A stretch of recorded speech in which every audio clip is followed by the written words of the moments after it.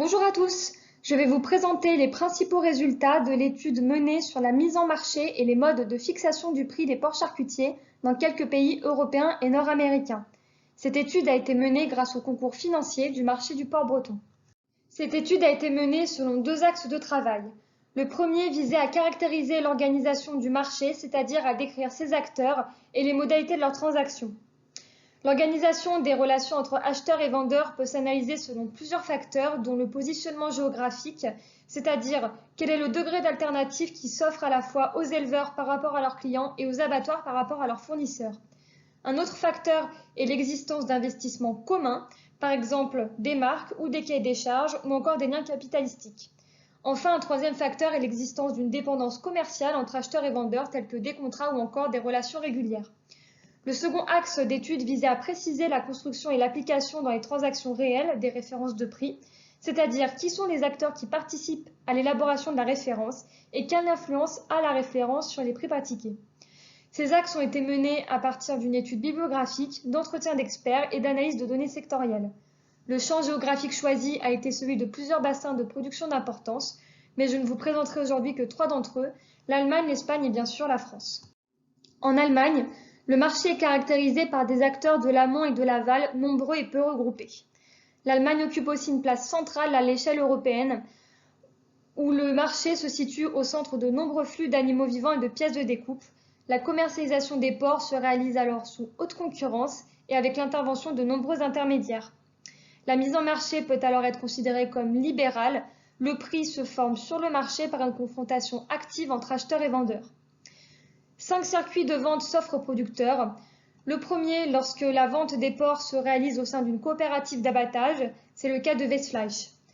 Les porcs peuvent aussi être vendus par le biais d'une coopérative de commercialisation. Il y a alors transfert de propriété entre l'éleveur et la coopérative. Les éleveurs peuvent aussi passer par un intermédiaire, un négociant, pour vendre leurs porcs. Un quatrième circuit se fait par le biais des associations de producteurs, les Erzeugerring. Ces associations offrent des services techniques aux éleveurs et certaines se chargent aussi de la négociation du prix sans transfert de propriété. Le dernier circuit est par le biais de la vente directe entre l'éleveur et l'abatteur. Il est à noter qu'un même élevage peut à la fois être membre d'une association de producteurs, d'une coopérative et vendre en direct ses porcs. Il existe une cotation de référence en Allemagne, le Vereinigungspreis ou encore le VEZG. Cette référence est une proposition issue d'une discussion entre 8 organisations de producteurs qui, au préalable, ont pris en compte diverses informations de marché, dont un prix d'appel des unions de producteurs du Nord-Ouest. Dans la réalité, malgré l'existence de cette référence, la négociation d'un prix de vente est complexe et peu transparente. Chaque société d'abattage définit ses propres règles pour déterminer le prix payé à ses fournisseurs. Tonies et Vion, les deux principaux abatteurs allemands, publient eux aussi des prix d'appel dont l'élaboration est plutôt opaque. Le rapport offre-demande pour chaque abattoir demeure le critère le plus important de fixation des tarifs et le marché assiste à un ajustement continuel des prix. Si on s'intéresse à présent au marché espagnol, une des caractéristiques marquantes est que la place de l'intégration et de la contractualisation est importante. Elle représente plus de 80% des porcs produits.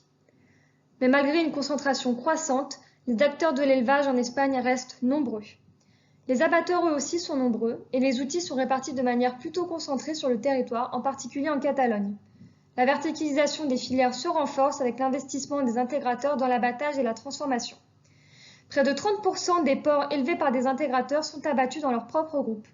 Cependant, les intégrateurs continuent de vendre et d'acheter des porcs auprès d'autres intervenants.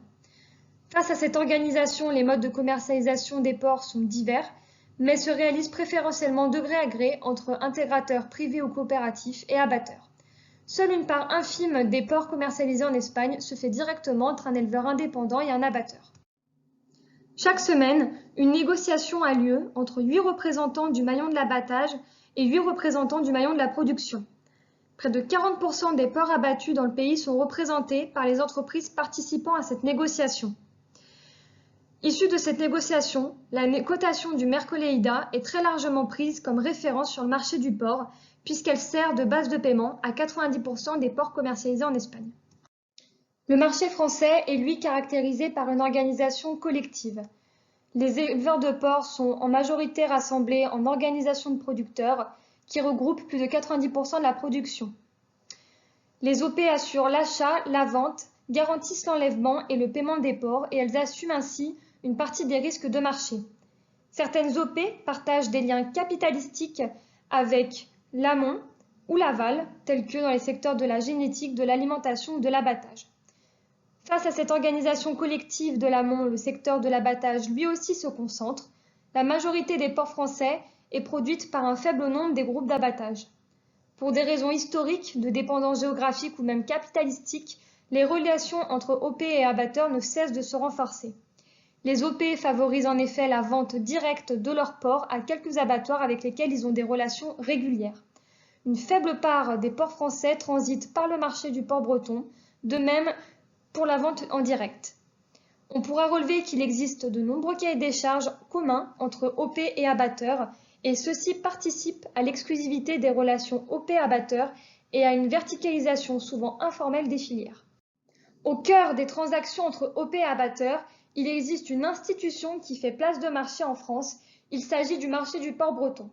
Depuis 1972, il a objectif d'organiser la vente et l'achat en physique des porcs charcutiers, d'établir des conditions de vente et de paiement et surtout de servir de référence à l'ensemble des transactions en France.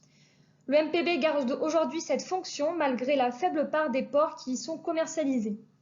En dehors, les prix des transactions sont pour en grande majorité indexés sur le prix de base, en y intégrant par exemple le prix au cadran plus une plus-value. Les démarches contractuelles se sont développées au cours des dernières années. Elles utilisent pour partie d'autres indicateurs que le prix de base, comme le coût de production des porcs par exemple.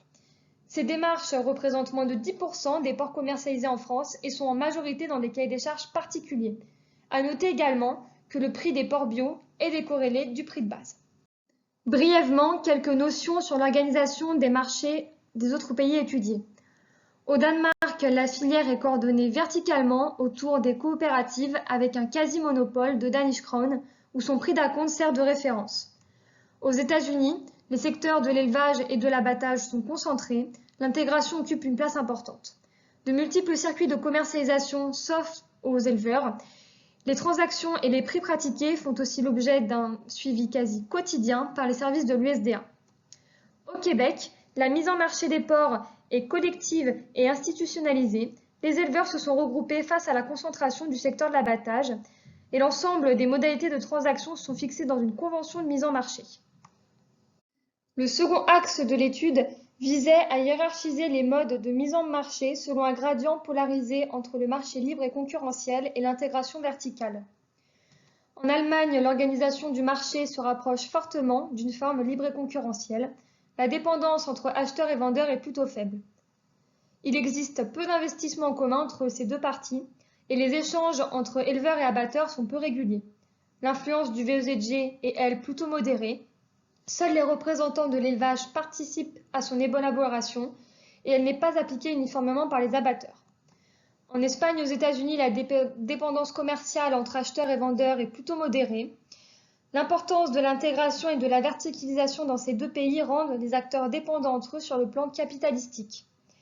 La régularité des échanges commerciaux entre acheteurs et vendeurs est-elle modérée? Elle varie selon l'existence de contrats ou d'accords historiques de nature partenariale. Dans ces deux pays, les cotations de référence sont considérées comme très représentatives et influencent les prix pratiqués. La dépendance commerciale entre acheteurs et vendeurs sur le marché français est plutôt similaire à celle observée aux États-Unis ou en Espagne. Certaines organisations de producteurs possèdent des liens capitalistiques avec l'aval et ont mis en place des investissements communs tels que de nombreux cahiers des charges. Il existe aussi une certaine régularité dans les échanges entre producteurs et abatteurs qui peut se formaliser par des contrats ou non. La cotation de référence est élaborée au marché du porc breton par des acteurs du secteur de la production et de l'abattage, mais leur représentativité en termes de segments de marché n'est pas complète. De plus, les volumes échangés au cadran ne représentent qu'une fraction minoritaire du marché breton et français, mais la cotation reste suivie dans tous les autres modes de commercialisation. Au Danemark, la situation quasi monopolistique de la coopérative Danish Crown renforce la dépendance commerciale entre acheteurs et vendeurs. Le prix de référence est très représentatif et le marché danois se rapproche fortement d'une organisation verticale intégrée où l'ensemble des modalités de vente sont définies de manière concertée et sans mise en concurrence. De la même manière au Québec, le marché aussi s'approche d'une organisation verticalisée. puisqu'il existe une loi de mise en marché des ports qui définit une dépendance quasi totale entre acheteurs et vendeurs, et la cotation de base est négociée en amont avec l'ensemble des parties prenantes du secteur porcin québécois. On retiendra des expériences étrangères que les modes de fixation du prix du porc sont divers et dépendants de l'organisation des filières et des modalités de commercialisation. Chacun des marchés illustre la mise en place de mécanismes originaux pour fixer les prix du porc, et ceux-ci ont été impulsés par la verticalisation progressive des filières et le besoin pour les acteurs du marché de lisser la volatilité des prix. Au Québec, au Danemark ou encore en Espagne, la commercialisation des porcs est plutôt centralisée, à l'inverse des États-Unis et de l'Allemagne. En France, la place de marché est institutionnalisée par le marché du porc breton. La perte progressive des volumes engagés au MPB est le signe de la verticalisation de la filière française, et cela tend à fragiliser son fonctionnement. Cette place de marché continue tout de même d'être une référence dans la quasi-totalité des transactions françaises. Merci de votre attention.